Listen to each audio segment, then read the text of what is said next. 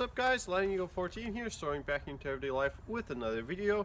And in this video we're going to be talking about this, which is my shotgun Cycloneshock that I somewhat recently built. Pretty simple modification, but quite a lot of fun to use.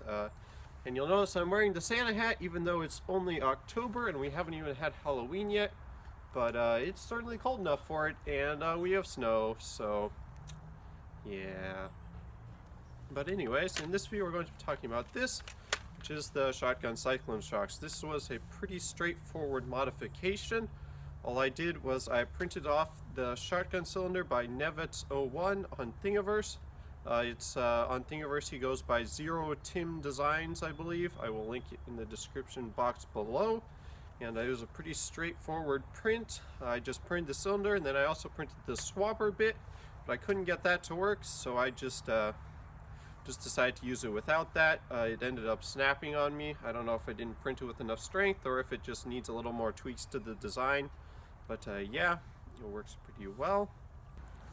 And one thing that he does that's really interesting and that I thought was clever was, if you see there, he uses a ballpoint pen casing for the cylinder post that goes inside the cylinder and then allows it to rotate.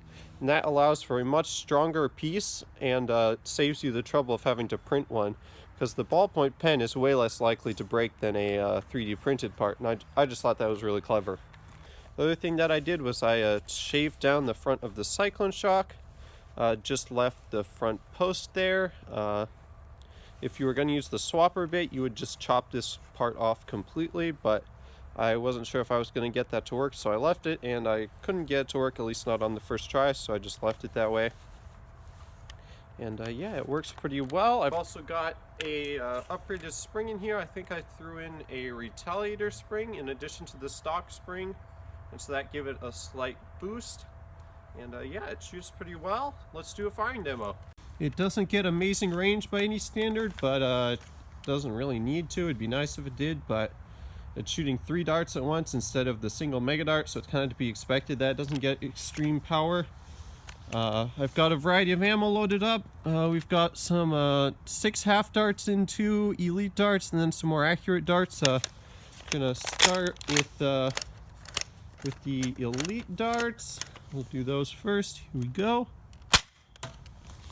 Pretty decent size spread at about 20 feet there. And now we'll do the more accurate darts. We've got some waffles and AccuFakes.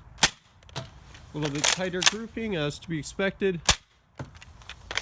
And now we'll do the 6 times half darts. I've got just a mix of cut up darts in there. These one gets the least range, but it definitely is the most fun. That wasn't bad. I threw an extra angle in there just to get some extra range.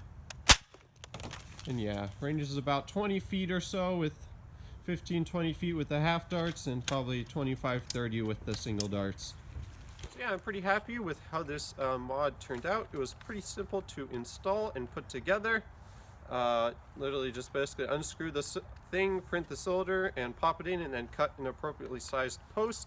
That was the only thing I had trouble with, was getting the post length right. I was having some rotation issues at first, but I found that if I increased the length of the post enough, then it seemed to, or no, it wasn't rotation issues, it was sealing issues. I couldn't get the Cycloneshock to seal with the cylinder, and so then what I discovered was that if I increased the length of the post a little more, then it pushed back up against the back of the shell and allowed it to seal, and so that worked a lot better.